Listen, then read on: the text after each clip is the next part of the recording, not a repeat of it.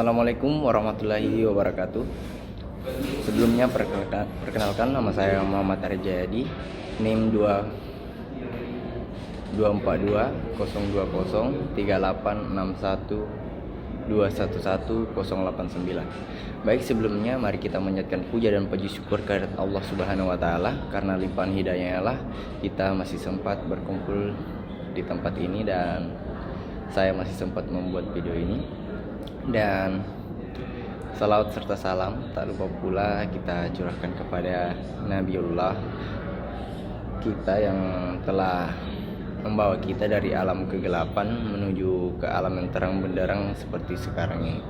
Dan ialah juga Nabi yang telah mengangkat derajat wanita dari yang dulunya dianggap sebagai budak hingga dapat dihormati seperti sekarang ini.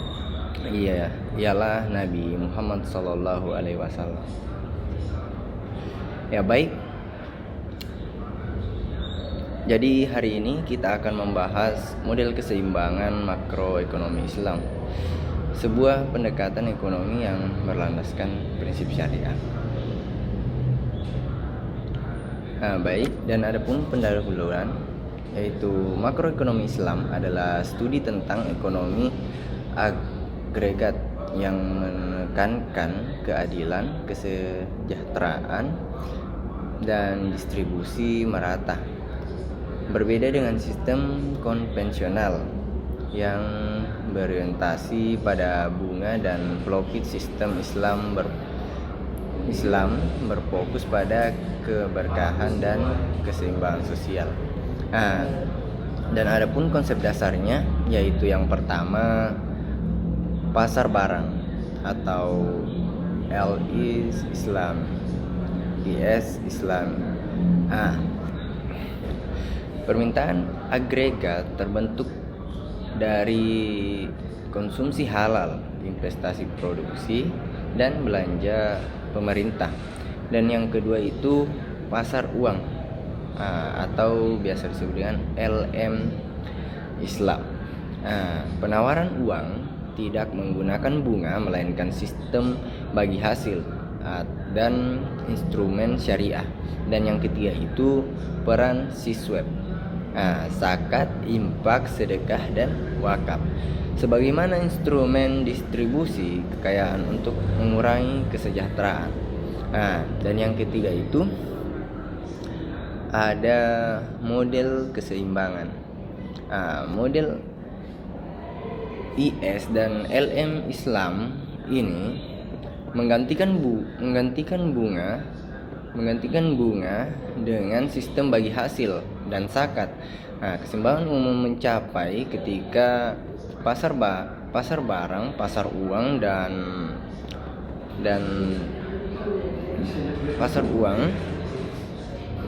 dan sektor sosial saling berinteraksi secara harmonis. Pemerintah berperan aktif melalui kebijakan fiskal dan moneter berbasis syariah. Dan yang keempat ada implikasi kebijakan. Kebijakan fiskal Islam mendorong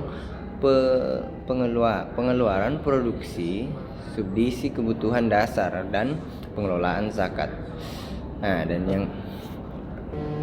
Dan kebijakan moneter Islam mengendalikan jumlah uang beredar tanpa bunga menggunakan instrumen sukuk dan akad syariah. Dampaknya itu adalah pertumbuhan inklusif, pengurangan kemiskinan, dan kestabilan ekonomi.